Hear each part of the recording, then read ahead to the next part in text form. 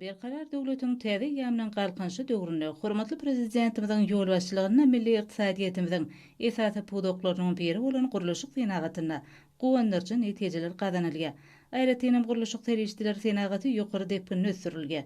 Yerli çyýmal serişdileriniň netijeli ulanylmagy diňe bir ýurdumyzda däl, eýsem daşary ýurtlarda da uly islegden peýdalanýan guruluşyk serişdileriniň dürli görnüşlerini çykarmagy mümkinçilik berýär.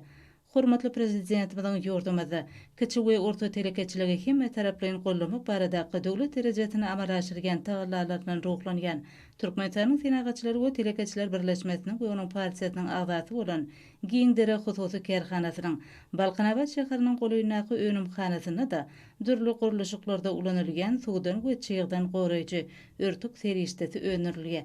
Ma'lum bolýarly bu eslegli önümler taýýarlamakda polimer we polipropilen önümlerinden ibaret bolan dokulmadyk matalar we alümin gatlaklary hemde bitum ulanylýar.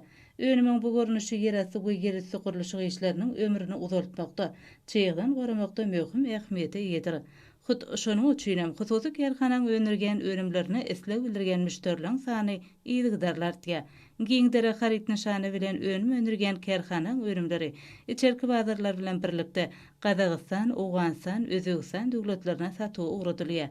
Ýyllyk taslama kuwatlygy ýokary ýylly, dünýä ölçeklerine laýyk gelýän önümden 1 million ýene metrini öňürmäge niýetlenen kerhanaň önümhanasy döwrewap enjamlar hemde tehnologiýalar bilen ygtybarly üpçünedilendir. Kerhanada önüme öňürmek üçin gerekli çyýmal Türkmenbaşydaky neft gaýtadan işleýän zawodlar toplumundan şeýle hem yerli hususy kerhanalardan alınýar. Bäsleşligi ukyply önümleri öndürgen hususy kerhanaň hünärmenleri ýurdumyzda kiçik we orta telekeçiligi ösürmekde, hususy iş urlary hemme taraplaryň gollamakda döwlet derejesine edýän biýmeçür aladalar üçin gahrman arkadagymyza hemde arkadaly gahrman serdarymyza hoşarlyk sözlerini beýan edýärler.